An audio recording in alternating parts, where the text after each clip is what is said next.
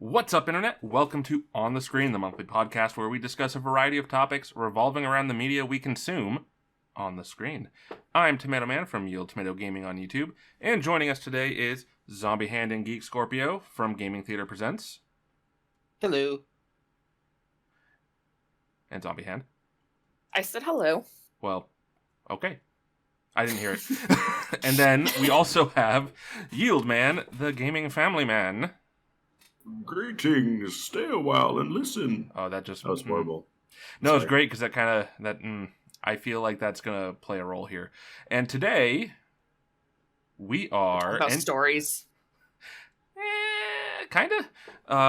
Today we're entering the melting pot once again. This time to discuss games we would like to see as an anime or TV show and how we would like to see it. Ooh. Who Intriguing. would like to start?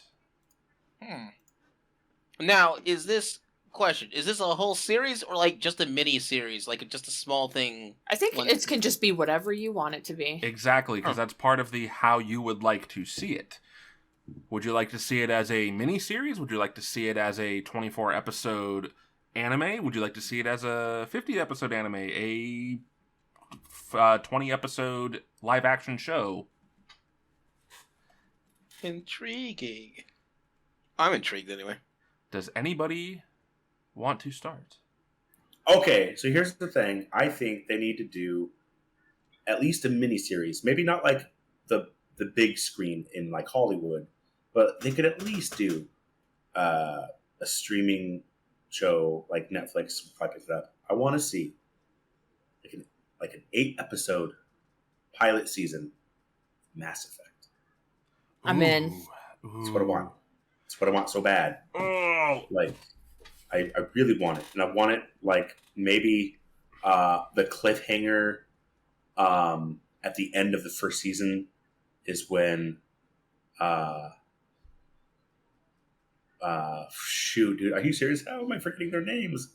Guys, help me out. The Turian. No, what's the Garrus. Turian that's the Spectre? Garrus? no. The Spectre. Saren. Oh. Saren. Yeah. When Saren Saren kills Vakarian. Nihilus. When Saren kills Nihilus. Ooh. Which is like that's like in the first like 30 minutes to hour of like the Mass Effect video game. But I think like if they could do like a whole season that's almost like a prequel that leads up to the first Mass Effect game where it's like Kind of like chronicling Shepard's origin, like how you describe it, though. yeah, or at least like okay, Shepard's an established military war hero or whatever. You know, they'd have to pick like one of the precursor like stories about him. But that season could kind of, or her, yeah, exactly. I would absolutely like to have a femme shep, but I feel like femme shep is superior. Honestly, the female Shepard would be perfect because Garrus is Bae. like Garrus is her soulmate. Like that's it. Like Garrus every time I play femme shep, it has to be Garrus. It has to be Garrus anyway. Garrus is I Bae. have never romanced Garrus before. What? I just feel like they're really good bros whenever I play. Oh man, But bro. you're hurting my headcanon. So No, you can have your headcanon all you want. It's just my Shepards, they're bros. Oh, gotcha. That's... But yeah, so like the first season would just be like kind of how the council is considering Shepard as like the human Spectre, but he doesn't know it. He finds out like 3/4 of the way through the season. But they like might show other stuff about like how his name is like kind of getting put out there. But yeah, it leads up to Saren killing Nihilus. And like, yeah, that would be like people play the game is like, okay, obvious. But they would probably fill it with other unique stories that are interwoven in there. So like the season finale would be way more climactic. But I think that would be kind of cool because it would give fresh content. It wouldn't just be starting right from the beginning of the video game. It's leading up to the first part of that. And then they could diverge from there and maybe take some creative liberties, but still try to stay true to the thing, all within balance, so that way they don't piss off the fan base, which is like nearly impossible. It's like having your cake and eat it too. But I would love to see it. They could also incorporate the novels. I don't know if you've read any of the novels, but the first 3 are phenomenal. And they actually follow Anderson when he was like younger and working with Saren. Oh, and when he was the original prospect for a Spectre. Yes, and Ooh. he's the one who initially is like, I think Saren's not good, not a good idea. That would be legit if they could do a miniseries on that, because you Yeah. would already have established characters. At least something in the Mass Effect universe then too, right? So it would be pretty cool. That or well, actually, I already said my piece, so everybody else gets a turn. No, continue your piece. I mean, it's good. You It's can good keep going. content. Yeah, I've got 2 in mind for mine already. I've got one that I feel like we're gonna want to end on because I think it's a group agreement, and we're just gonna leave it at that for now. But I mean, continue your piece because I am still intrigued on how would be best to handle a Mass Effect show. Now, would you want this to be live action or animated? Because we did get an animated movie. Yeah, I I thought think live action would be cool. I would really like to see live action, honestly. So it's doable. It's funny not you like say that too, because Henry Cavill has expressed aggressively that he would love to be a part of a Mass Effect series, and I think he could make a good Shepard. That and the guy's already like been very forward about being a gigantic fucking nerd and having passion for like all these franchises that we all love as nerds too, and I think that's just great that someone that works in that industry has this kind of passion for the same stuff that we do, and he wants to make things at least visually accurate. So who would you want to not necessarily star in it, but helmet in terms of a streaming service, if you will? Like, would you want it to go to Netflix, or do you think that with the success of Lost in Space, that Amazon could do a better job? I personally think that HBO should have it because then you could get a little bit darker in tone. That is one of the advantages of HBO Max and one of the other Stars or Showtime. Probably not Stars. They didn't do Evil Dead well with that. They did it a little dirty. A little dirty. It's the main reason why the series got canceled was because Stars didn't want to keep going for it. They didn't even try and shop it. I would say, I'll answer that question after I watch Halo on Paramount Plus and see how good or bad that goes. Which, I mean, obviously, that's not necessarily a complete reflection of the streaming service itself, but I mean, obviously, there's some influence there. Oh, so you want to see how another studio would do with the sci-fi settings that's already in the works. Because the Halo series is coming up, right? So if that one's a hit, then it's they did one video game adaptation, they could probably handle another one. So that's honestly, fair. That wouldn't be a bad idea. This is just nerd history for myself, but when Star Trek first came around, it was the most expensive series to make per episode back in the 60s. But that's because there wasn't any science fiction shows really popping up in the early 60s. Yeah, so everything had to be made from scratch. So if Halo is coming to Paramount Plus and then you do Mass Effect on Paramount Plus, one of the ways that they save a budget is to try to use some of the same assets if they can. And that's where I was kind of thinking with Lost in Space, because Amazon's reboot of that has been very successful for them, and that is an iconic classic science fiction show too. So I felt they might have something to do. Netflix had Lost in Space. Thought it was Amazon. Am I wrong? I think Netflix has Lost in Space. Now I have to look. Now I'm concerned. Lost in Netflix. Sure. Well, then, I am mistaken. Yeah, no, they totally did. Well, whatever, doesn't matter. But just to throw it out really quick, we don't have to dive into it a whole lot. But just the other one that I would really like to see. The other one I'd like to see is Deus Ex, Adam Jensen. Oh, Human Revolution, yes. That would be really cool. Yeah, I feel like they could get away with doing a movie. If you could just give a solid 100 minutes. I mean, that's still short. I would love to see a 2.5 hour movie. Oh, depends on who's directing it, how they run with it. I would love to see if I could have everything I want, it would be 2 hours 45 minutes, Human Revolution. Given to Ridley Scott. I mean, if you're gonna pick directors, go big. Well, Did Ridley you Scott ever did see the frickin' one? Blade Runner? Did you see the one live action trailer that they did for Mankind Divided? I know like nobody gives a shit about Mankind Divided, but I loved that game. Oh, I just know a lot of people didn't. Well, a lot of people are wrong. And they had some pretty shitty business practices surrounding it. But no, they had a live action trailer for it that in like 4 minutes was more emotional and gripping than almost anything that I'd ever seen before. It was so wild. I feel like I saw it and then hey, look, you found it. Yes, okay, I did see this one. Yeah, because they're focusing so much. Yeah, they focus a lot on the implications of the augmented arms, like basically the replacement limbs that are all artificial. Well, and how like when do you stop being a human? And so the second you have any sort of augmentation, you're less human. Yeah, it's like the percentile has gone down kind of deal. Yeah. Oh, so good. Yeah, they did a collection of short versions of that for promotion, I remember, too.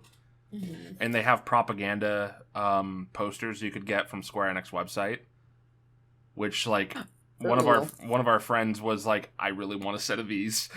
You know the friend. You know the friend, Chicho. It would be Woody. Indeed. Oh, yeah. No, that... you picked some really heavy hitters, and I honestly expected you to say, I want to see a Zelda show happen finally. That's not a joke. Like... God, that was so sad. Well, excuse me, princess. No, I love Legend of Zelda, but I feel like Nintendo is very much like... Yeah, they've branched out into other mediums a little bit, but like... TV shows, obviously not so much. I feel it would be better choice, though, over a movie. Oh, like between a TV show and a movie? Yeah. Like, I would agree. Like if Nintendo were to do anything, I think like a show. But I mean, there's a Super Mario movie coming out. I don't know about it, but at the same time, Illumination's the one handling it. Like their movies have been pretty good so far, so we'll see. But yeah, like I think Deus Ex, like easily, if done right, could be a box office hit for sure. Yeah, I super agree with you on both of those. I think both of those kind of adaptations. I mean, even if it's not actually, if they went TV show route, I would say take the short ran comics for Deus Ex that they did as like a precursor to Mankind Divided. Take those and use those as a storyboard for a live action like 8-episode short series. Yeah, like I mean, Deus Ex could succeed as a TV show because there's a lot of like it's all about like conspiracy theory and like the tangled web of like political powers and like these big names and who's working behind the shadows, like who's working in the shadows, right?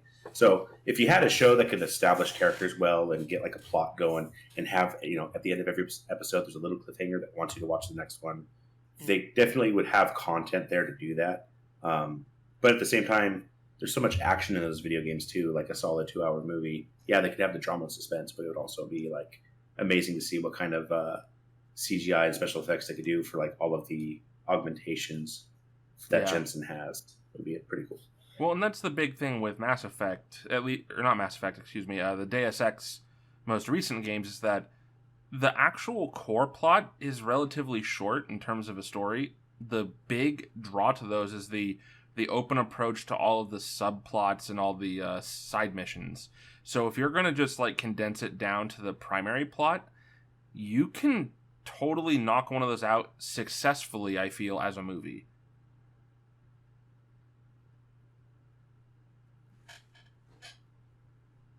Yeah, I think you could just knock it out of the park with one of those. Because, I mean, a lot of my play of, like, Human Revolution and shit was, like, mid-maxing how to get to this one little spot to open this one hack panel to get to this thing, which I don't know what's in it, but I fucking want it. So, yeah, no, geez, dude, those are some solid picks there for sure. And honestly, like, aside from all of like the awesome content they would have to make a show, I love music, and both like the soundtracks, the music of both of them is just so awesome. I just love the Mass Effect soundtrack and the Deus Ex soundtrack. I love the synth effect they do with all of the music in those. Like, I guess like musically, I should have been an '80s kid because like I love that synthwave stuff. I do. I listen to a lot of the new retro synthwave stuff. If you're ever looking for some recommendations, I might be later. Yes. Now, speaking of recommendations, who do you recommend goes next? Yourself or maybe Leo? I can go. And I'll surprise no one. You're gonna say Alan Wake. It's Alan Wake. You had to call it before I could just say it, huh? Because everybody here knows what you're gonna say. Well, you could have still let me say it. You wanna make a show out of a game that was built up as a show. No. The show is already in the works. I just want it to happen. Well, if it's already in the works, then you gotta pick something else because it doesn't count. It's already happening. Hey, come on, give her moment, Liz. What would you like to see be adapted to? You know what? That's fair. How would you like to see it handled, regardless of how it is going to be handled? Let's go that route here. Well, I feel like we could have some really good, it is really difficult because I feel like the game does play very cinematic, so it is a lot like, like a show in itself, especially with the like previously on and such. But you could always do stuff following other characters that takes place during the events of the game, and maybe like flash over in the game to like what Alan is doing, like maybe like a mesh of the two, but follow other characters as well. Or maybe like a bridge between the first game and then whatever's going to happen in the second game. I would say a prequel, but Bright Falls, for being like 28 minutes long, is phenomenal. I was going to post Bright Falls, but then I didn't. Yeah, Bright Falls posted this because, well. Yeah, so excited. Liz's face when she doesn't have Alan Wake 2 in her hands. I guess outside of that, what I think could be a really interesting one, and this is one where I would be extremely hesitant and skeptical, but hopeful that whoever got it, and I couldn't tell you actors or directors, like I don't know who I think would do a good job, because there's directors I think are great who've done shitty movies, and directors who I think aren't fantastic that have done great movies, and same with actors. Though maybe I'd give it to George Miller just because I trust him on a personal level. I will totally. Oh, sorry, I'm moving on from Alan Wake. Oh, okay. I was gonna say I could totally see him in charge of an Alan Wake thing, simply because he has an amazing, like, set of methods for creating anxiety in the viewer, and I feel like that could be really, really useful. He's also really good at show don't tell. Like, you don't have to. He doesn't spell out for you what happens in Fury Road. You just, because of the way that his storytelling method, visual and like in dialogue and the world he sets up, like, what's happening. So, like in all the Mad Max movies, really, although there is that like weird exposition dump in Thunderdome, but we don't really talk about Thunderdome. But yeah, so like I think that he is phenomenal with storytelling. I think he would just have to take a different approach to how, like, it couldn't be like Mad Max. Oh, yeah, absolutely and it couldn't not, be like Babe Pig in the City either. I would hope not. No, but so this next one, I'm sorry, what I was moving on to, I couldn't tell you actors or who I think should have a part in it or who should host it or whatever. But I would be extremely hesitant up until like and very nervous and very skeptical and very like I don't know how I'm gonna feel about this, but with the sheer hope that it would be phenomenal, I would love to see a Metal Gear Solid series. Yep. Mm-hmm. Yeah. Like a TV show or HBO or whatever, Netflix, just like hour-long episodes, maybe an hour and a half, like premiere, 8 episodes. Like a premiere movie kind of thing. Yeah, and like 8 really good solid episodes. And you could even do a thing where like you cut between like Solid Snake and oh my god, what's his name before he becomes Big Boss? Jack? No, like what's his Naked Snake. Yeah, but his name is Jack. Yes, I know, but that's also not his real name. Sure. That's just what they call him, is Jack. Although I think Jack is like I think it's actually like a well, the boss called him Jack. So I know people called him Jack, but that's not his real name. It's a nickname of John Jacob Jingleheimer Schmidt. Shut up. Really? Because his name is, I think, is the same as my name. Full name is John, but Jack is just what people call him. Anyway, I like how you can lie to Ocelot in that game. It's fucking dumb. But you could even jump and then he just jumps out. Whee! You could jump between like the Metal Gear Solid 1 and 3 plots and almost do like parallels, because as much as Solid Snake hates him, they have a lot of parallels between them. That was I think Kojima's plan. Yeah, and he's really good at that. There's a lot of parallels between a lot of characters and a lot of plots and stuff. But, or even if you don't want to do that, I love 3. I would love to see an adaptation of 3. Specifically, I think that could be. Yeah, I think that could be done phenomenally well in the right hands. But it would have to be in the right hands. And like I said, it would be so easy. You're to stop take with away the dreams there, Chicho. You're hurting my feelings. I have a boner for that man.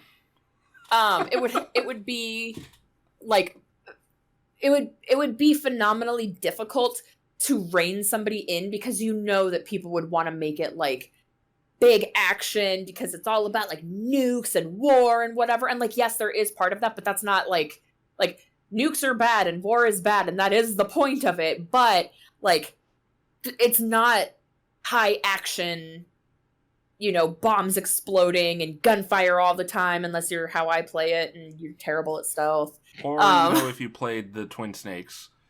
Yeah, but like, I'm gonna backflip off of this missile, motherfucker. I feel like it would be very interesting to see done. And I would love to see it. So, on that note, with the second picture Chicho posted, Oscar Isaac is actually attached still, I believe, to a Metal Gear Solid movie. Yeah, but like, who knows what that's gonna be like? It's like very true. That's already been in kind of a bit of development hell. So, like, I have hopes for that director, because the director that's attached is the director of Kong Skull Island, and I think that could work really well in his favor, especially if they're gonna actually put a Metal Gear on screen, because he did a really good job with like sense of scale in that movie. Mm-hmm. So you said you would prefer to see this as a show. I totally agree. I think having the jump back and forth between Metal Gear Solid 1 and Metal Gear Solid 3 Snake Eater would be a very intelligent way to go, because then you're going to see those parallels up to the end where you see father meets son kind of element. And see that they are more alike than either of them want to admit or even can admit. So that would be a very, very solid premise for that. Or even with, if they wanted to go with Metal Gear Solid 1 instead of Metal Gear, because you'd have to do it Metal Gear and then Metal Gear Solid 3 on that one. Oh, and Metal Gear would make a way better movie than it did novel. Yes. Oh, Jesus. Worlds of Power. Oh my and God. that would be seeing Big Boss betray Solid Snake, That would be the way exactly to do it. it. Yeah, that's Oh man, that Worlds of Power bullshit. That was really fun. Oh, yeah. It was definitely more fun than playing Ride to Hell or Lifeline. Part of it being it only took 2 hours. And hey, if I can read it in 2 hours, then a movie could happen in 2 hours. Oh, hell yeah. And it would be infinitely better than, how is insert character name I've given for book carrying 6 Justin billion Halley. pounds of fucking everything. And he just throws it off the ledge. Funny. Yeah, that's dumb. Man. Do you have any other ones other than, Alan Wake? Let me circle back around. Somebody else go next. Sure. How about you, Leo? What do you got in mind? I've got a fight in my hand because of how many I think I can do, and sort of depends on the rules and parameters.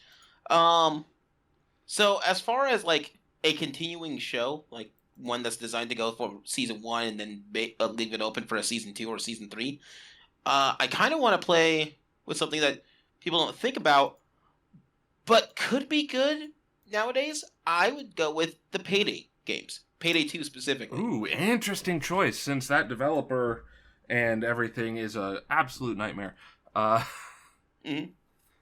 Well, it's an interesting storyline, and I think and their universe is designed around crime and theft and such. And I think if you have someone like a director like Vince Gill and put a more dramatic spin to some of it, like he did for Breaking Bad, or play around with James Gunn and add some extra comedy elements, I think that would work out great. They already have like several actors in the series on there. And if you want to play with it with the same as the DLCs on that, there's a tie-in to John Wick as well. Nice. Giancarlo Esposito, who plays Gus from Breaking I love Bad that guy. and various other things, he's in that game series as the dentist, as one of the criminals that hires them to. And his first job is, I need you to break one of your friends out of prison in the middle of the day. That's nuts.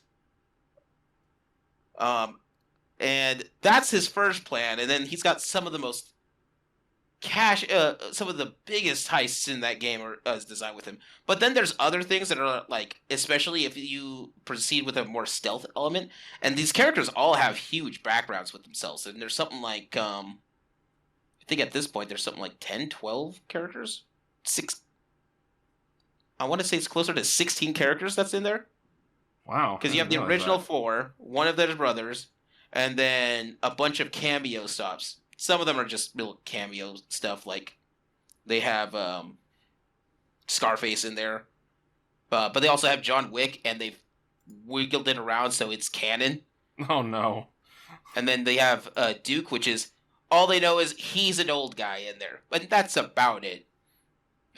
Ron Perlman's in that game, too, as basically the same stuff as Sons of Anarchy. Ron Perlman's a great actor. Yeah, that's fair. So it allows you to spread out to a bunch of things, and especially if they go through that weird Eldritch horror conspiracy element that sort of goes through one of those games if you start looking too deep into it. I just think you could combine a better mystery along with that. So as dark as that goes, my other options that I can think of, this is one that's more lighter hearted. It could easily just be just a miniseries, or you could just have it as that. And I think Monkey Island. Oh, man, those would be great. That would be really fun. I would love that as an animated series. I think it would be. One of the games of them is animated, though. Yeah, which that's why I would like to see it as an animated series. Yeah. And I think it's kind of fun to play with that and have certain dialogues that they would normally carry in the game. Like, one of my favorite ones is that he goes up to a mermaid who has a bucket. He goes, "Hey, can I have that bucket?" And she goes, "Why do you need a bucket?" And his response is, "I don't know. I just always need a bucket for something, for some reason." He just always needs a bucket for some reason. You're like, it just keeps coming up. Well, and the game is relatively short, too. I mean, you can get through it in 4 hours. So, I mean, originally, you wouldn't have to cut much. The first. If you were doing a movie, excuse me. If you were doing a movie, yeah. Or you could do it as like a mini series, like when they did the Tales of Monkey Island series. Yeah, I would prefer that. I wouldn't think that would last long enough for it to go like multiple seasons, but like, it could do that. I was originally thinking of Grim Fandango, That'd be but really Monkey good, Island too. I think would be a much better play with that. I agree. And you could do seasons. You could do a season per game, like the first two, and then you've got the Telltale series, or the episodic one if it wasn't Telltale that did it. Was that Escape from Monkey Island? Was that one, or is that a different one? That's the fourth game. Oh, see, yeah, there's enough games to where you could realistically do multiple seasons, one season per game. Yeah, the first game is The Secret of Monkey Island. Then it's The Curse of I think it's not The Curse of Monkey Island. It's something else of The Return of Monkey Island, Curse of Monkey Island, and Escape from Monkey Island. Which I love the joke from the Escape from Monkey Island because he just people ask him he asks people, how do you escape from Monkey Island? I don't know. You've done it 3 times.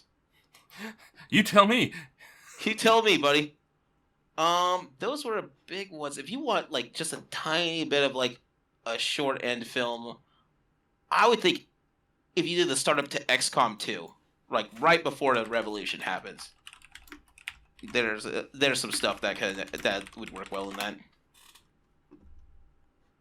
Yeah. Because the whole game starts when they find you, the player character. That's how they start that. And so this would be leading up to all the stuff they need to build up for a revolution because once they rescue you, they know, well, the jig is up. We're going to be on the entire... and it's kind of interesting because XCOM 2 takes place after the alien invasion has been done, for like 20 years after. So you've already lost. Yeah, it does do a big jump forward, huh? Mm-hmm. Yeah, you've already lost this. You're trying to see if you could do an attempt at this move. Like, how can you take back humanity kind of deal? Mm-hmm. Oh, yeah. Yeah, XCOM would be a good one just because you can play with a lot of interesting sci-fi elements in interpreting various takes on aliens, and you can really play with the designs from there, too. Like, you could add your own... as a development crew, come up with your own concepts for hybrids and stuff between them, since that's what a lot of them are genetic altered aliens. Yeah, but I don't think you should push it too far. Right, like, still make once it them, gets to... still make them appear like what they're based on, kind of deal. Yeah. Like, it's funny because that's how the latest iteration of XCOM, which is Chimera Squad, was more character based. So you had certain only like 8 characters that you could pick from that you got to use throughout the game, but it didn't feel as good as XCOM 2 did. Like, yeah, that's fair. But I think those are the best ones. Like, if I kept looking around, I could probably keep finding stuff. But oh, sorry, I didn't realize I had the Metal Gear thing on there still. XCOM would be great. XCOM would be great. All right, and those are kind of my picks right now. All right, let's circle back to Liz here. What do you got? What was that other one you were on the fence on? I wasn't on the fence about when I was just trying to find more time to think. Oh, okay. So, I can do mine. Yeah, do yours. So obviously, You don't know Jack? No, no, that's just a game show. I don't know what you're talking about. But there was a game show that did come out. Yeah, that's what he's talking about. Exactly. No, I mean ABC ran it once. No, I know that's what he's talking exactly. about. That's why he said there's already a show of it. You played a game show instead of a game show. This is genius. Oh my god! Let's make a show about a making of a game show. No, so, aside from the fact that I love giant robots, which we all know, because I'm a nerd, I would love to see this done as a animated series. I'm going to say Front Mission 1, and I'm going to say use it to kind of delve more into the side characters. I think that's a great pick for Front Mission. I thought about that putting that on my list. I'm kind of glad I said no because that gives you something to talk about. Well, I already had another one planned because I'm going to end on it because I think we're all going to have some decent input on it. I don't know anything about Front Mission, so I will probably have no input. Yeah, that's exactly. Front Mission Giant robots. Giant robots. So Giant robots. there's a really interesting lore in the game about it too. Like the technology was first developed as a means of for construction ease. So the tech for Wanzers was built for, moving and articulating construction items and equipment and girders and beams with ease. And then some douchebag decided, I can put a gun on this. And hey, what do you know? We got a war going. But you could really go into like why did these characters decide to become Wanzer mercenaries and go a little bit into their background, and just kind of elaborate more on them. Because in the games, it's just like, oh, you got a new party member here. At least in the first one, it was a little bit more just blatant in your face like that. There were a couple characters that they gave you a proper lead in, but most of them were kind of like, you went to the bar, you talked to a person. Can I join you? Okay, sure. Yay, you got another pilot. Yeah, it's one of the reasons why you could get a bunch of like the fact that they were all construction crew. It would basically be the equivalent of, hey, I need help to go overthrow this thing. Does anybody here have a bulldozer or some kind of large construction equipment? Because people could just have them. Yeah. And I mean, that's a part of it. And then they started doing like arena battles and stuff too. So, but yeah, the first douchebag to put a rocket launcher on there, no, you suck. I think it would work out really well, especially if you come and approach it from like the old Gundam style, not Gundam Wing, where it was more centralized with but like the original '80s Gundam. Yeah, like where you had to learn about parts from where you had to learn about parts and pieces of different factions and different sides of the war, and pretty deep into their lore, too. Yeah, and that's actually the game is like that. I mean, you've got the OCU and all these other, like, sub-foundations that are, like, fighting for control. It's got a good sci-fi element with a big emphasis on giant robots, and, hey, Netflix is doing a live-action Gundam, so we'll see how that plays out. I did not know they were doing that. You did not? Oh, they have a dope-ass key visual for it. Let's see here.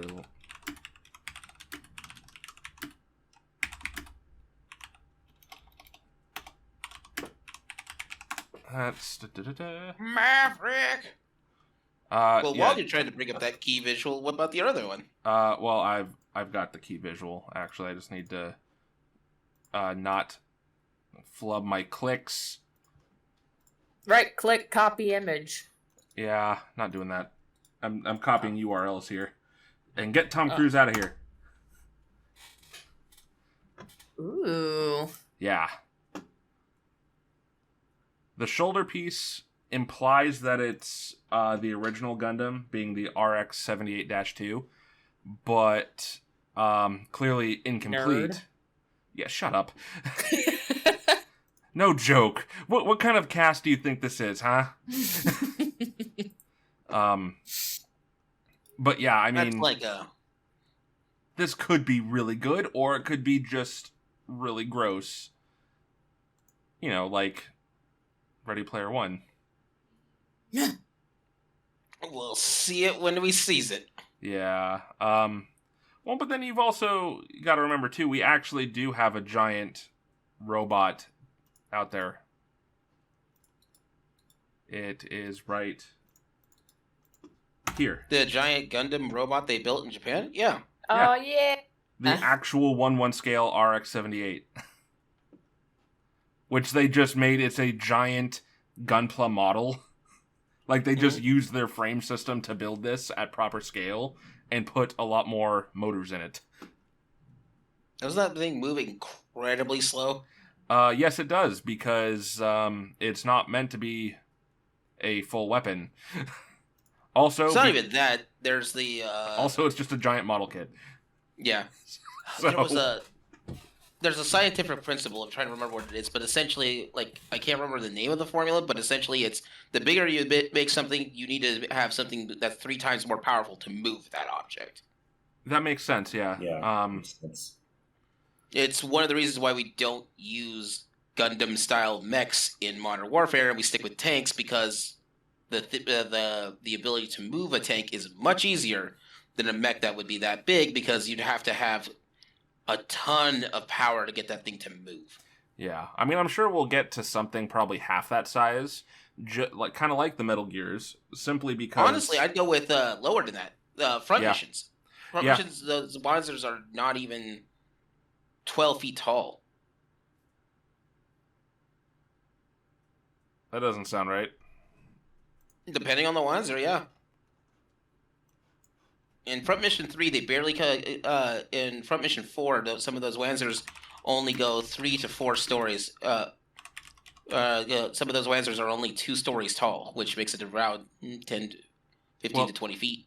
Well, yeah, like 20 to 24 feet, yeah, because, like, isn't one story rated by being about 9 to 10 feet? Yeah. Yeah, so it wouldn't be 12 feet. That'd just be armor. It's a very crappy, but yeah, there are some that are that small. And once you get any smaller, then it stops being a Wanzer. It starts being, a joke.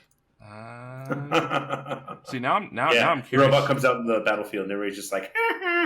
they'll punt it. Thump. Well, yeah, you remove the legs and you put in the hover part, so it's not as tall. Ba-da-ba-ba. Okay. Typical Wanzer. I'm curious on here. So the average is going to be about 5.5 meters tall. So that's like what? 5 meters to 3 feet, roughly a 3 to 1 ratio. So I'd say about 15 to 20 feet. They say 25 tons is their weight, but they're also pretty wide. They're wide boys. And 5.5 times 3. You're looking about. That doesn't seem right.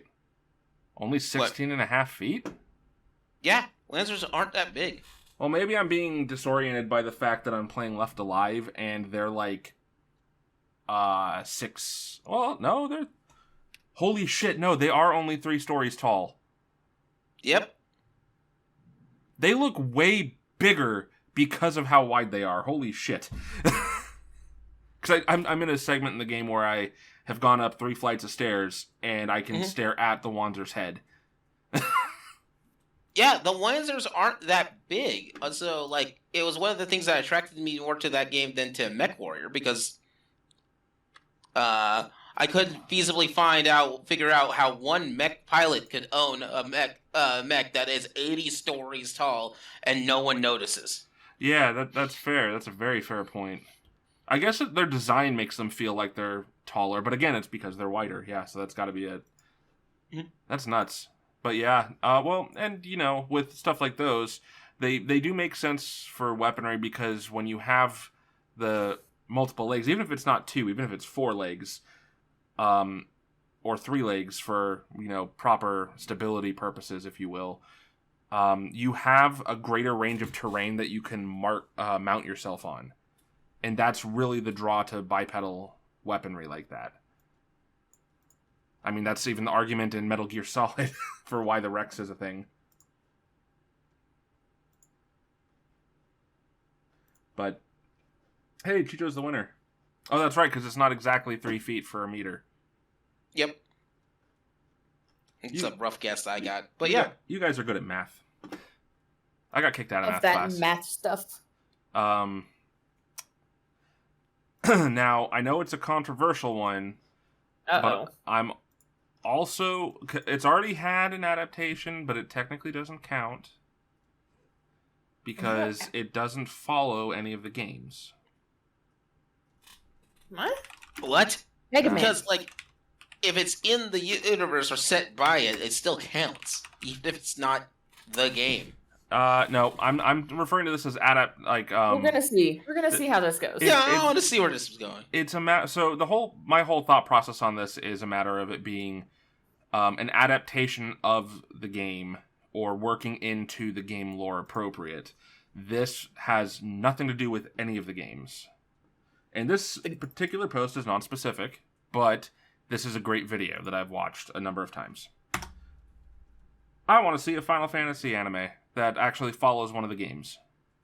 And I'm not going to include Crisis Core's, or Before Crisis, or whatever you want to call the thing, Last Order, because that was a OVA one-off that,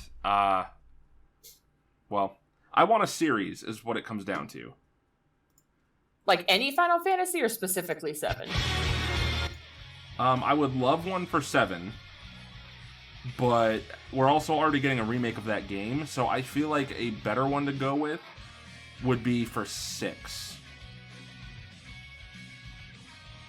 Because you'll get to really explore the emotional depth of the characters in a much broader range and way than we did on the SNES.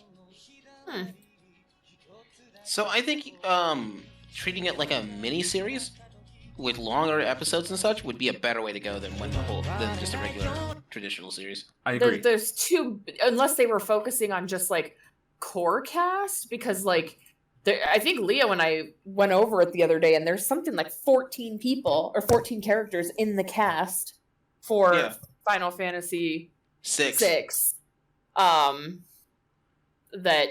it are definitely playable. has the largest Final Fantasy party. Yeah. Just straight up. So, it's got the numbers. I would really like to see, one of these games done a proper adaptation anime, preferably something we're not already getting high-profile stuff on, like 7. Mm-hmm. So, yeah, like 6 would be my preferred. 4 would be a great choice. I think 4 would be really cool. I wouldn't be against something for 8 or 9 either. So... No love for 10. 10 has enough media. I'm okay with it being left alone. Well, so does 7. Yeah. No kidding. Yeah, you went straight for 7. You went for the big boy on this one. I said I literally said I would prefer that we go with something that's not getting a bunch of material. This happens to have a full animation segment. It's the only reason I use this video. Okay. Yeah, but you still said that you would love to see one for 7. Well, of course I would. I'm saying that 7's like... No, I am not hiding the fact that 7 is one of my favorite games, period. I'm not going to hide that. But we have I just think that there should be a series for a Final Fantasy series that follows the games for one that doesn't have a ton of or a ton of media surrounding it already. Yeah. So perfect. 8, maybe 9. Yeah, 8, 9, 6, or 4 would be my prime choices. As much as I love 8, I feel like 9 would do better. I think so. And with an adaptation, Especially in a D&D, like D&D has made such a huge comeback, and that one feels like it could be a steampunk style D&D campaign. I think that 9 would do really well. And they can just do like one disc per season kind of thing. Oh yeah, more or less. I don't know. Disc 1 is disc 1's pretty quick. It's been a minute since I played, but I mean, I wouldn't want it to turn into one of those things where they kind of just keep going until it fades off in popularity. They should, from the outset, be like, okay, the game had 3 or 4 discs, right? How can we do a solid story divided into 4 story arcs kind of thing? Definitely have it pre-planned, whether they were going to stick straight to the story or just kind of what I said earlier, take those creative liberties where it is the story of this game, but there's obviously a lot more new content to keep it fresh. Yeah, that's totally fine and fair. I would say go the route of 8 to 12 episodes per season and do 1 season for 1 disc. I think that's leaves us off with, if we go the 12 route, 48 episodes, which is a common anime endpoint. So I think that would work really well for a confined series.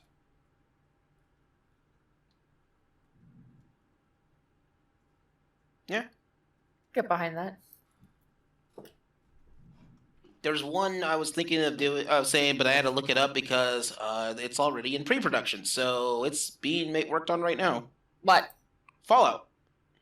Yeah, Amazon's producing Fallout, and really? they started their production this year. And they even have made it known who the prime actor is on board too. I can't wait to see what sort of grizzled white man lead that they've got. You're not wrong. You're actually not wrong. I know, I'm not wrong. I'm just hoping. I didn't even know that they were making a Fallout 1, and I knew I wouldn't be wrong by assuming it was a grizzled white man. That's your statistic. That's how it goes. It's just like if they did make that Mass Effect 1, it would just be a grizzled white man. Over it! Wait a minute. What if they followed the story of Lucas Sims from Fallout 3? The sheriff of Megaton. Oh. No, I think the way that they would approach Fallout, which would probably be the smartest way to do that, is start the Fallout. Okay, so like here's a Fallout trivia for you. Every game that's designed with Fallout. There's our lead. Really? Ew. Yeah, and but here's the kicker that I think you're all gonna like. If I remember right, he is the whole premise of the series follows him. Getting more attractive? Oh, no. I mean, depending on how you look at this, yes, because get this. I think this is brilliant. He's going to be he's going to be a ghoul. So yeah, he would get more attractive. Yeah, see? I think it's brilliant having a ghoul as the lead for this show because that the could ghouls actually be really cool. The ghouls are the epitome of how the entire world has fallen apart, and the people that were not fortunate enough to be in the shelters still managed to survive. Yeah, because that's the thing with the ghouls. The ghouls are from basically a lot of the newer ghouls are less than 100 years old. Yeah, but they're still over 100 years old. Yeah, the Fallout did all kinds of weird shit to them, and it's like completely destroyed their entire, skin, and they're fucked with their organs and everything. It's just made them, they're mutants, but they're still human, and that's, I think, a smart way to go about a show with I think with this. Yeah. Is that Stephen Yoon? Probably. That looks like him. Yeah. That was for 76. So here's the thing with that, right? Because normally the Fallout games and such take place with somebody who comes out of the vault. So I think making your lead a ghoul, genius. Because that also means there's a good chance that they know the old world and had to basically survive until such and such a time when, they're the main character. Smartest credit cards. Yeah. What was it? So anyway, so Fallout things for that. Whenever a game is made by the original Obsidian company or Interplay, the Fallout universe takes place typically references on the West Coast. And so they'll have lower numbers of vaults. So vault 13, 14, 15, such as that. Get that depressing movie out of here, Chicho. Once you get to higher numbers, though, like Vault 111, Vault 112, Vault anything around the hundreds, or Vault 98 or such, they are on the East Coast. But that also represents that they were made by Bethesda. And then when you start getting into games that are made by certain third parties, they start showing up in the Midwest. Yeah. And so they pick numbers of their vaults in the center. And I think that's the way that they should approach it, is just pick a series of vaults that they don't normally go through. Oh, so like, I don't know, Kansas, Colorado area. The Rockies. Texas. Yeah. Be all Give West us Coast. A mountainous vault built into the side of a mountain. Oh, there's several of those. We've also got this web series too, by fans though, but it's pretty good. They did a good job with this. But yeah, I'm excited to see that. And I know it's in development, and I think Fallout, out of a lot of different series, could easily be translated into a television show.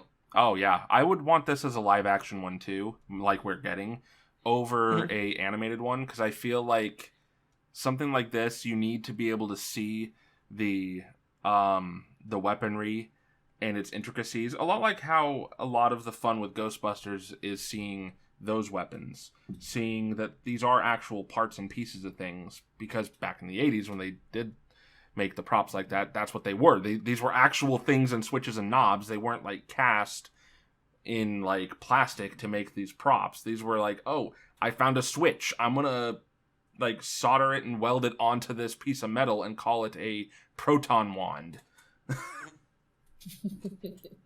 It's like, I like the prop element of a show like this, so I'm really interested to see how those play out. Did Liz come up with another one? Kind of, but I would have to like sort of preface around it a little bit. Like how I had to defend myself on Final Fantasy VII? No, not really. So I would say that I think a TV series, probably even just like 4 episodes, like nothing too crazy. Like a limited TV event. Yeah, for Uncharted would be really cool. Ooh, but I'm okay. going to preface around that because we did go see the movie yesterday. Okay, I have not seen it yet. Okay, So. do you want any even reactions? Reactions are fine, but be cautious because I do kind of want to see how they play out with the movie. Okay. All I'll tell you is that I really liked it. Okay. And I'm going to say it that when I said before that I liked Welcome to Raccoon City, understand that I am forgiving a lot when it comes to that. Yeah, I mean... And there is a degree of separation, even in the Uncharted movie, where I was like, okay, you kind of have to think of them as two separate things.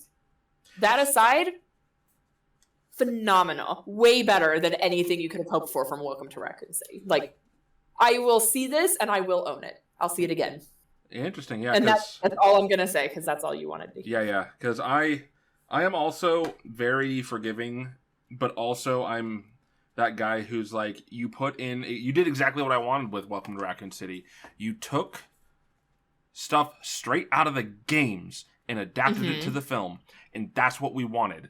As gamers, as people that love these franchises, when you say live action adaptation of insert video game, that's what we want, is callbacks to the game like that. Yeah, and like I did enjoy Welcome to Raccoon City. I think that there was a measure of taking a lot of it with a grain of salt that you had to do, because it really was like next. Like you had to go like one scene after another. There was no real breathing room because it is the first 2 games. Yeah, 2 games in one. Lots of jump cuts. Yeah, so there really wasn't any breathing room behind it. And that I think was kind of the biggest sort of, like, when I say I had to forgive a lot with Welcome to Raccoon City, that's still me saying that I genuinely really enjoyed Welcome to Raccoon City. Yeah. I would put Uncharted as probably one of the better video game movies I've seen. Okay. But no spoilers. We can have a whole discussion about it whenever we make a spoiler cast. Yeah. We can talk about it. I have a lot of thoughts, and it's actually spurred a lot of conversations on between me and some friends, because I have, like, I don't know, we get to talking about Uncharted, and it's like, now we have to talk about all sorts of things about our feelings on Uncharted. Okay, so you haven't had to send anyone copies of the original Steam release of Final Fantasy VI yet? No, which actually is being taken off of Steam. I know. So I figured you bought a bunch of keys to give out later when you needed to unfriend somebody. If somebody needs to unfriend me, if somebody needs to friend break up with me, now is the time to do it, because it's not going to be... You're not going to be able to do this again without just using harsh words. That's it's easier to just send the game. Yeah, I already have that weird gel pen version downloaded because I know it's going away. It's like, no, I need to have this weird, bizarre version of a game I love. I have to. If you send it to me and you put in the note that it's not because you're trying to break up with me, I'll understand it better that way. However, if you just send it to me with no note attached, I will assume that you hate me and are friend breaking up with me. And that's just the end of it. It's okay. It's all right. We don't have to be besties. No, we all besties here. I prefer being your friend, but if I ever just offend you to the point where you're like, oh my god, no. It'd take quite a bit, don't worry. Same. Okay. if I could reel it back about 15 minutes ago. When we Yes, talked about- so sorry. No. You're fine. You're absolutely fine. I just got really excited because I was still trying to think of like, okay, which colored actor would be a really good role for a Fallout live action? And for the I've been watching this show with my mom, and I'll explain who this is if you guys don't recognize him when I upload this picture. But I think I'm so excited. this would be awesome. So hold on a second here. Okay, so oh my Dule, god, Dule Hill. He played Gus in Psych. If you've seen Psych, where like so he's playing the dad in the new reboot for the Wonder Years. So like this show takes place in like 1960s. Obviously, Fallout takes place in what 1950s, like late 50s. It's kind of had like a combination of like some of those things from both eras. So like I saw this picture and I was like, oh my gosh, look, it's the family before the bombs dropped. Like they could totally, Oh my god, so. no! The moment I saw that picture, I was like, holy shit, it's just him. Yeah. I actually, speaking of things taking place in like the 50s, 60s, I've now realized that I think if done well, a Bioshock movie or show, if done well, could be really good. So that would be rough, though. On that note, Netflix has announced a Bioshock project. Okay. Have they announced it and it's happening, or Yes, have they announced it and it's in production? Okay, because there's some things where if it's like, oh, it's announced, I start to treat, especially if it's something that I really want, I start to treat it like the Silent Hill is announced news. Oh, that we get every single month. That's like, ooh, a tease for a new Silent Hill game. Oh, the Dreamcast 2 is coming. Guillermo del Toro said this thing on Twitter, which means there's totally gonna be a Silent Hill. Like, settle down. Yeah, and then Guillermo del Toro steps up and says, "Does anybody know a fucking joke?" Which is a thing he has actually done. So, you can't do Bioshock for this list, Liz, because it's being done. Exactly. That's why I couldn't do Fallout, because it's already being done. Well, that's okay for us. Allowed to do Alan Wake. Yo. We can still talk on how we want to see it. Okay, live action Alan Wake, Jake Gyllenhaal. Yeah. No. Aside from no. No. Like hear him out and hear me out on this. If it wasn't for the fact that the voice actor literally was the facial actor as well, I would say Jake Gyllenhaal would be an absolute knockout for the role. So the voice actor is actually not the face model for Alan Wake. No. So Matthew Peretta did the voice for Alan, who also actually plays Dr. Casper Darling in Control. But it's a Finnish actor named Ilkka Vili, and I'm sure I mispronounced that. He actually is the face model and did all of the mocap and all of the stuff for Alan himself, and plays Alan in Bright Falls. But Matthew Peretta voiced over the lines in Bright Falls. Because Ilkka Vili speaks very heavily accented English. So now I'm kind of curious on something. Like, what's a game series that you think looks amazing and almost film quality, but you're like, we just can't do it, can't make it, can't make a series out of this? Not Horizon Zero Dawn. Yeah, I can see that. Command and Conquer is one on my list of that. Like, there's no way they could do Command and Conquer. It's about mobilizing mass armies in the game, and their biggest threat is the one guy. So it'd have to be an animated feature of some kind. You'd have to redo so much. You almost lose part of it, is what I'm thinking. I would love to see a movie done in the same vein as the 2008 Speed Racer movie. I love that movie. That movie is so good. But Rocket League. Oh, listen, my if God. If it was done Chicho. in that same vein, I would 100% do it. I'd watch that. I don't even care about Rocket League. I would watch that. Yeah, like it would be amazing. Like this huge arena, and the cars are flying around boosters, and then it just like pans out to like some dudes holding RC remotes, and yeah, like, but it's like a big, huge thing with like a worldwide phenomenon of like everybody is into this Rocket League competition thing, and some guy has to win money to get like leukemia treatments for his dying sister or something like that. It's almost like that makes movie. it too dark. It's almost like that movie Gamer. Oh my god, with Gerard Butler. Yeah. And Michael C. Hall. I forget he's in it. Yeah, because Michael C. Hall had a random ass musical number, which is fine. Like, Michael C. Hall sings. He has a band. Like, that's totally fine. But why is it in this movie? And he's doing a Frank Sinatra cover, and I don't understand why. That one was like, because he did it his way. No, it was I got you under my skin. Oh yeah, but that doesn't make nearly the great as better of a joke. No, you're right. But yeah, so that, or if you've ever seen the show, the movie, it's not good. I don't recommend it. It's actually, I can't believe I sat through the whole thing. It's called RPG, Real Playing Game. And it's these people, it has a Rutger Hauer in it. But it's a bunch of like old rich farts who don't want to grow old.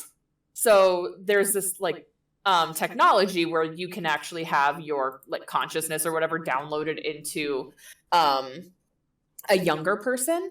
And so what they do is they kidnap all these like teenage early 20s people and put them in an arena to basically fight to the death. But you're being controlled by like, so the people, it's so weird because they're like, I don't think they're actually being controlled. I think that you're just like, oh, this is my proxy in the game. But it's so stupid because they put them in this arena and are like, okay, win. You have to be the last one standing. And there's like parameters for like, oh, so you're trying to choose who's the proxy for who. So you don't want to give away like, oh, I'm the proxy for Rutger Hauer. Like you want to keep that a secret because you want to learn other people's. Anyway, it was all stupid. And the only good thing was the ending song that plays during the credits. But it's like, that's what I was just thinking of with the like, oh, they zoom out to be holding the remote controls for the RC cars or whatever. Yeah, this movie. No, I'm looking it up now. You know, it would be a better live action movie. American Truck. Yeah. We already have a series of that. Yeah, they have Ice Road Truckers too. Exactly. But it's not called American Truck Simulator, Brandon. American Truck Simulator. Someone the TV here is show. stretching. Did you pull a hammy on that one? Maybe a little.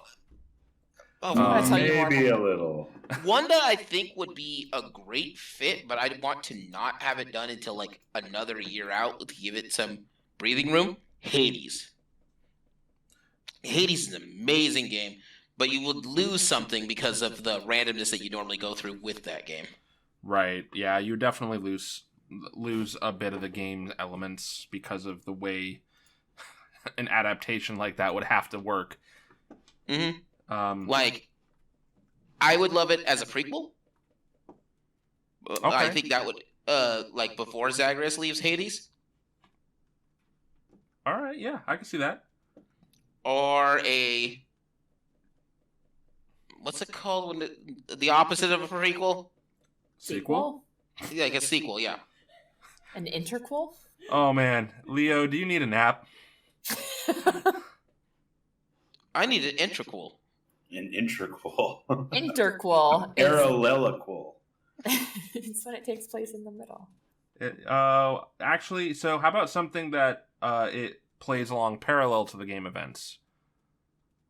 Where it's follows a separate character. It's in that world, but... Parallelogram? Would they just call that a spin-off or like? Yeah, that would be a spin-off then. I mean, yes and no, because you're still experiencing the events of the game, but not from the perspective you did in the game. You know what I mean? Yeah, but that like would Boba work. Fett's a spin-off of Mandalorian, right? Yeah. Oh, it's technically a sequel. Because it takes place after Season 2. It does. So technically it's Mandalorian Season 3. Mm. The Book of Boba Fett. Does the chronology play a part in determining whether it's a spin-off or not? I thought spin-off was just like the focus. If it the can. focus shifts. It can. It can. Yeah. But it's essentially a spin-off has to take a character or such from the main series and divert away from that main series for that.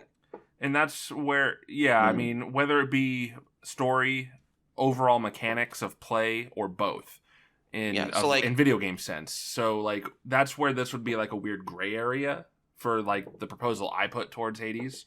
Because, I mean, it's a spinoff because it is a different character focus and different perspective, but it is running parallel and you're experiencing all the same events that you do in the game. So I think a prequel would be better off, though. It probably would be. But, I mean, I see the value in something parallel because that's technically what they're doing with the Final Fantasy XIV show that they're working on. Well, so there is a Final Fantasy show that's being worked on. Live action 14. I specified 4 other games, I'll have you know. But it's like not in any serious production way yet. I mean, I think they're still just doing a lot of the writing for it, because I guess you're going to see some of the characters from the game main plot in passings. Yeah, 14 would probably be the easiest one to adapt out of all the other all the Final Fantasies. Because 14's world is so open-based. Yeah, it's so vast and it's an amalgamation of pretty much every other Final Fantasy. Mm-hmm. I mean, the game is just an homage to the rest of the series, and I love it for that. So, let's move to the one that I think we're all going to have an agreement in. Are you guys ready for this? Drum roll. Yep. Oh, I thought. Was it the Final Fantasy? No, it wasn't. I want. I mean, there is a Resident Evil. There's already so much Resident Evil stuff. Though. So there's already a Resident Evil show in the works. Hear me out, though. No. We didn't get to talk about it. Anime is where I'm going with this. I'm being specific here. I want it as a 2D anime because I got shit for wanting to talk about Alan Wake. That's because you want to talk about Alan Wake in every single video. You're right, I do. Leo didn't talk about his because it's already happening. Well, and again, we did let you go into your diatribe of how you'd want to see it done. Did Leo? I don't know. Did Leo? I don't know. Not really. I don't remember. I just said I did right, bring it anyway, up because it was the thing, and then everyone else talked about how Fallout was cool. You want a Resident Evil anime. You want a Resident Evil anime. I'll let this one slide. I want it to be 2D. I don't count the Infinite Darkness because we all know that's just a 4th movie that they chopped up. And it wasn't good. I haven't even watched it yet because I haven't heard anything good about it. I need to watch it, though. Oh my God. Just so I can bitch with you about it. That's 10 minutes in. It was like, I'm so bored. So I want it to start with 0. And I want it to be... you could probably get away with doing 0 and 1 as a single season of 12, maybe. And hour-long episodes? No. Doing half-hour episodes because these games are fucking short. But then once you get to more divergent path things, like with Resident Evil 2, you can split that up more because you do have different, perspective, really. But 30-minute episodes, and do basically a season per game for the most part, and do them at 12-episode seasons, and I think you can get a really, really concise and accurate representation of these games. Plus, if you really wanted to extend things a bit, you could actually dig into a little bit of Billy Cohen's background, since all they ever show you is like a 15-second snippet of jungle running, weird shooting, and now Billy's in prison. I mean, they do explain why, but no, I'm with you because I love Billy and I would love to see more of him. Yeah, Chicho, wasn't there a hashtag we tried to start once upon a time? It was Bring Billy Back. I would not be surprised if we. I agree with you, Tin Man. Give him a that cut out maybe. very bad for me. All it got was a firm maybe. Yeah, but and then once you get to something like 4 and 5, if you want to adapt those, then you would have to be at the larger lengths because those are much longer narrative games. But obviously, I'd prefer to stay zombie relevant. So I mean, why not go as far as to say take the original story from Darkside Chronicles and do something with that. I want to see that as a traditional Resident Evil game, honestly. I've been wanting that for so long, but it's never going to happen. I want a proper buddy cop Jack and Leon game. But I might be alone in that due to the silence I hear. That could be really interesting. Because I don't know you're if on you your guys own on this one. Did you guys play the Darkside Chronicles at all? Yeah, I really liked it. Well, you're in a minority. No, no, I enjoyed it too. In fact, one of my friends who's not. You're in the minority. Aren't you the one who wants this? What? How did I get here? Hey, you know what? You may be in the minority, but I'm down there with you. That's how I know it. It's like we both got tickets to this rock concert, and you're like, "Man, this concert sucks," but you bought the tickets for me. What? I'm confused. And then I'm standing there like, "Hell yeah, I did!" Still rocking out. What's I know what going I on said. here? I meant it. What's happening here? Oh, nothing good. But yeah, I mean that's the way I have been perceiving and wanting to see that done, and I know we're not going to get it. I know that we're getting a live action show from Netflix. I am still not sure how to feel about it. I really, really like the actor they have chosen to play Wesker, and I think that tonally he is an excellent choice, but they did that thing I hate, which is you just totally swapped out every visual element of this character entirely, and that upsets me. Because now the character will not be recognizable in the show. But what if he's not Albert Wesker? What if he's not the Albert Wesker? If they make that a twist, I'll be okay with it. Also, Chicho dropped out, and then he's back. I think you're having mic issues, Chicho. Is that true? Connectivity issues. Okay. But, yeah, there's a Toys R Us meme thing. Yes. Or, what would be another good one? The guy that's playing Jack Reacher in the Amazon show would be an excellent Jack Krauser. Yeah. Guy. Okay. You just got a picture of John Cena in his prime there.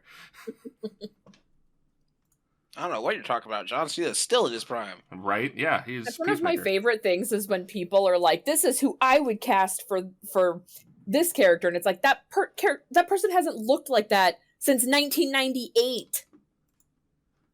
Like anybody who says Leonardo DiCaprio should play Leon, and it's like, why are you posting a picture of him from Titanic? Yeah, you mean like 25 years ago he should play Leon? Yeah, okay. Or Romeo and Juliet. Like, yeah, of course. Have you seen him in Don't Look Up? He's not looking that great. Leonardo DiCaprio. Yeah. Not. That's why that's why we all say 25 years ago, maybe. Alan Richardson. That was the guy you were talking about. There you go. Yeah, I'm not familiar with the show, but Jack Reacher. But I like the trailer I saw for it. I'm like, God, this guy is fucking built. Mm-hmm. Yeah, you're looking rough. Yeah, there, I could play Leon. That's good enough. Head's too wide. Like your Lancers. Leo. Yeah, like my Vanzer. He's too wide. Like your Vanzers. Just too wide.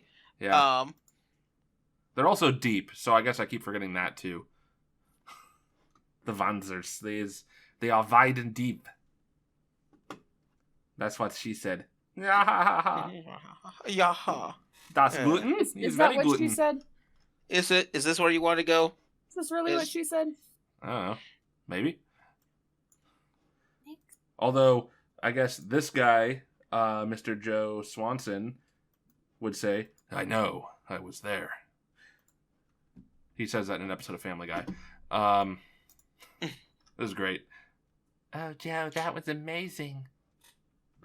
I know, I was there. Exactly, that's how that plays out. It was great. Honestly, I would love if they played with the characters and give it a bit and let more characters in it. Risk of Rain 2. Just Really? surviving a planet and trying to get the hell off of it. They would. I'm curious, but how would they do the characters, I guess? Like, would Yeah. it, like, the cast, would it be a large cast? Would it be just 4 people? Or how would you like to see that play out?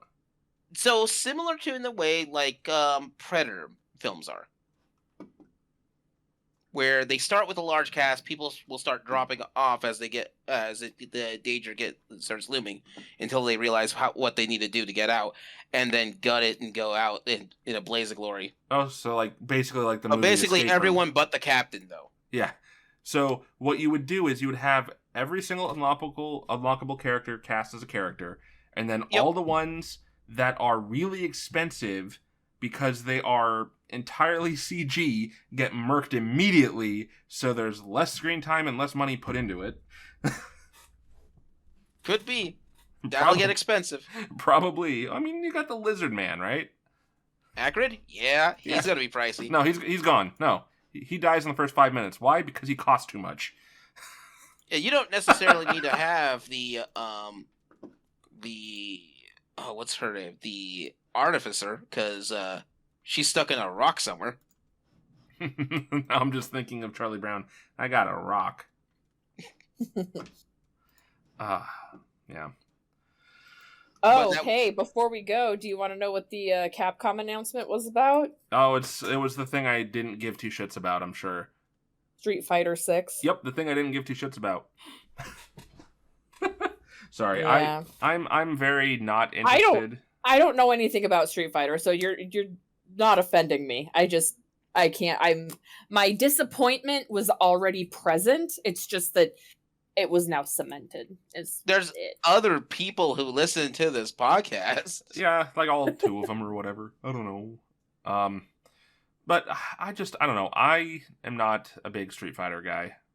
But that being said, it does make for decent animated features. Also made a great movie for Guile to star in as, Jean-Claude Van Damme. You mean Jean-Claude Van Damme as Guile? Nope. Guile. Nope. Okay, Nope. I just want to make sure. He said what he said. I'm going to kick that asshole Bison so hard that the next Bison wannabe is going to feel it. That's the worst Jean-Claude Van Damme voice I've heard. Yeah, it's One thing. not trying too hard. That movie. All right, well- that's a dumb fun movie. I like it. I think that we're a I think little we're good. off topic now. Yeah, I That's think how we know we're usually wrapping up a topic. is when we start fading a little too hard. Yeah. Yeah. Well. Plus, I still have to get my work computer set up. So Oh, that's true. You got shit to do because you start work tomorrow, don't you? yeah. Yep. All right. Well, thank you all for joining us today. Don't forget you can catch a videocast version on youtube.com/YieldTomato. You'll also find links in the description there for our speakers. Hopefully you'll join us again for more of the magic we all enjoy on the screen. Take care, everyone. Bye.